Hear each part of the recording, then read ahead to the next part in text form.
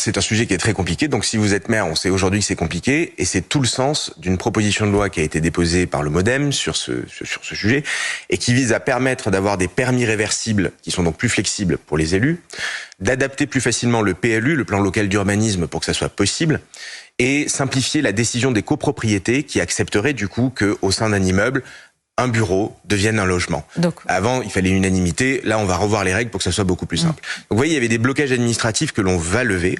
Et ça reste toujours compliqué. Il y a une question aussi financière.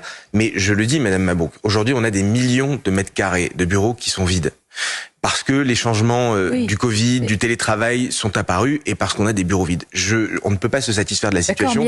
Quand on a autant de personnes qui cherchent un logement, il faut accélérer la conversion. Il y a certains maires qui vont craindre, je suppose, de devoir, comment dire, la sociologie de leur commune se modifier si des logements sociaux sont construits également. Il y a beaucoup de réticences. Ils seront toujours maîtres de la situation sur la conversion de bureaux en logement. C'est eux qui décident à la fin. Personne ne les force à les faire. S'ils veulent pas donner le permis de construire, personne ne les force à le faire. Mais enfin, ils ont quand même un intérêt aussi à avoir plus d'habitants sur leur territoire, ça peut faire plus de ressources financières également, et donc on essaye de trouver le modèle financier qui effectivement rend ces opérations de conversion économiquement viables, plutôt que de détruire des bureaux alors qu'on a des mètres carrés disponibles, et on essaye de rendre le dispositif séduisant aussi pour les élus locaux, en leur disant vous avez tout intérêt à ne pas avoir des bâtiments vides qui vont se dégrader, et plutôt avoir des habitants. On sait que ça crée des services supplémentaires, il faut construire des écoles, des services, etc.